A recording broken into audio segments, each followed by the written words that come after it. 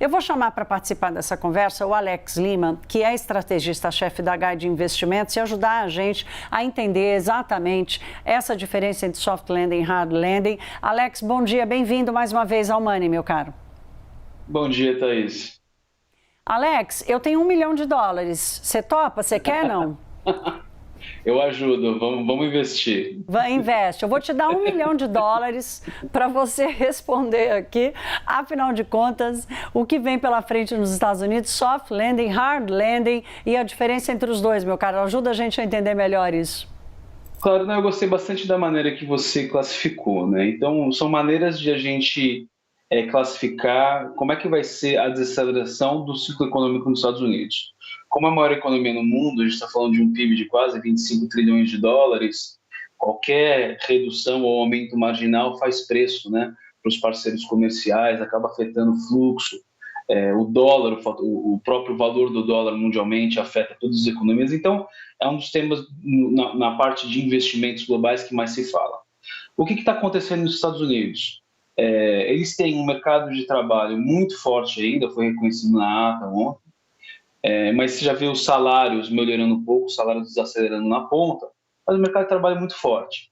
Depois do comitê do cupom deles, do FONC, né, que foi dia 1º de fevereiro, vieram alguns dados que acabaram alimentando a tese que a economia está muito quente, quase super quente, né? Veio um dado de mercado de trabalho que num mês aumentaram 517 mil postos de trabalho líquidos, tá? Sendo que a expectativa era um pouco menos de 300 mil. E veio um dado de inflação que a inflação veio no mês contra mês, um pouco mais do que 0,5%, analisando 6,4% ano contra ano, um pouco acima da expectativa. Então, aquela questão de que, olha, o Fed chegou no seu ponto onde os juros já está mais ou menos para ser estacionado, acaba sendo desmontada. Isso é uma das razões que os mercados globais estão ficando um pouco mais receosos, né? Os ativos, a gente vê o S&P 500 desvalorizando 3%, 4% nas últimas 2 semanas, chegando perto dos 4 mil, o dólar global voltou a subir, o dólar real a gente sentiu, né? Saiu de R$ 5 para 5,20, então a gente está começando a sentir isso. De fato, parece que o Fed vai ter que ser mais agressivo, e isso, quanto mais agressivo ele é, maior a probabilidade da gente ir para um hard landing, que é um pouso um pouco mais forçado da economia. Olha, de duas uma, ou você não acredita que eu tenho $1 milhão para dar, ou você não quer $1 milhão, entendeu? Porque você explicou para a gente a situação, mas mostrou que não adianta ter $1 milhão, que essa resposta não existe ainda diretamente.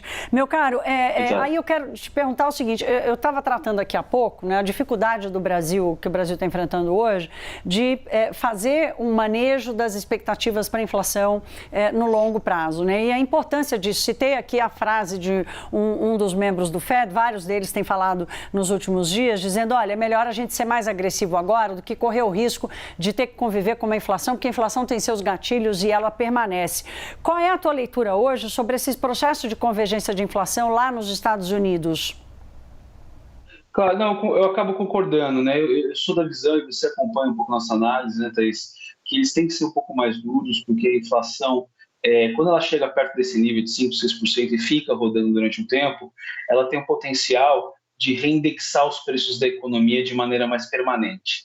Tá? Principalmente, e aí existem estudos para isso, mas economias avançadas, com sindicatos organizados, quando a inflação chega perto desse nível que a gente está vendo, 5, 6, 7, né, você entra num vício, né, para poder reindexar, aí contratos de longo prazo, contrato imobiliário, seguro de saúde. Isso está acontecendo nos Estados Unidos. A parte de serviços, né, o último dado da composição da inflação, ela é ruim, né, a parte de inflação de serviços começa a dominar, e é uma inflação de longo prazo, uma inflação que tem uma inércia muito longa. Então, eles estão corretos em ter esse receio, tá? A minha expectativa, se os dados continuarem mostrando uma economia muito forte, a gente provavelmente vai aumentar esses juros aí, a gente vai ver esses juros subir, né? Hoje o mercado tem uma expectativa de mais ou menos 5,25, onde os juros vai estacionar, mas acho muito fácil se a economia continuar performando.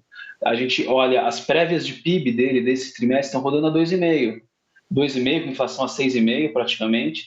Então, é um caso que começa a montar para a gente ver um juros um pouco mais forte esse ano, e vai na contramão do que a gente imaginou que ia ser um ano mais tranquilo, né? Provavelmente a gente vai voltar a ver dólar mais forte, né, ativos de risco um pouco mais debilitados.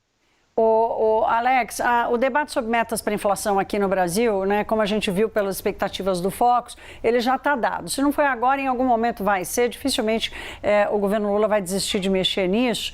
E lá fora, eu comecei a ver um ou outro economista, o economista o gestor da PINCO, né, que é um dos maiores fundos do mundo, disse, olha, a meta de inflação nos Estados Unidos e na Europa está deslocada e tal. Esse debate pega lá fora, não? Isso é uma coisa que vira e mexe a gente ouve, mas eu acho que hoje não tem contexto para isso, né? Porque é como você mudar a nota de corte, né, no pior momento, né? Eu acho que o trabalho do Fed está sendo feito. Tinha alguma dúvida de que estava próximo do fim do ciclo, acho que agora vai ter mais um pedaço. Eu não acho que isso aí pega, não. A grande questão, né, é se a gente chegar, por exemplo, vamos imaginar na metade do ano e a economia começar a desacelerar de maneira mais forte, né? Acho que esse que vai ser um tema mais importante. Será que o Fed realmente vai segurar um juros mais alto ou ele vai usando a linguagem do mercado, acabar pivotando e cortando os juros, né? Ele não é império de pressões políticas, né? Assim como a gente sofre aqui no Brasil, né, independente da ideologia do governo, qualquer governo que tiver um país que o desemprego começa a aumentar de maneira muito acentuada, você acaba tendo pressão no Banco Central. Isso está longe de acontecer, o desemprego nos Estados Unidos é 3,5%, mas tem alguns indícios, né, de novo, você falou de $1 milhão, tem alguns indícios que mostram que os Estados Unidos pode ir com hard landing. Só um exemplo interessante que eu li ontem, janeiro é o maior mês, desde 2010, o maior número de recuperações judiciais dos Estados Unidos. Sim. Mais de 20 empresas, grandes empresas, com passivo de $50 milhões, pediram recuperação judicial. Isso não acontecia em 10 anos. Então já começa a ver o efeito dos juros longos, que é muito similar no Brasil, né? Sim. A gente viu aqui Americanas, Marisa, Stock. Então, assim, os juros altos realmente é danoso no mundo. Bem, meu caro, eu não tenho $1 milhão, mas eu vou continuar querendo conviver com você e receber você aqui na CNN. Obrigada, para você uma boa quinta-feira.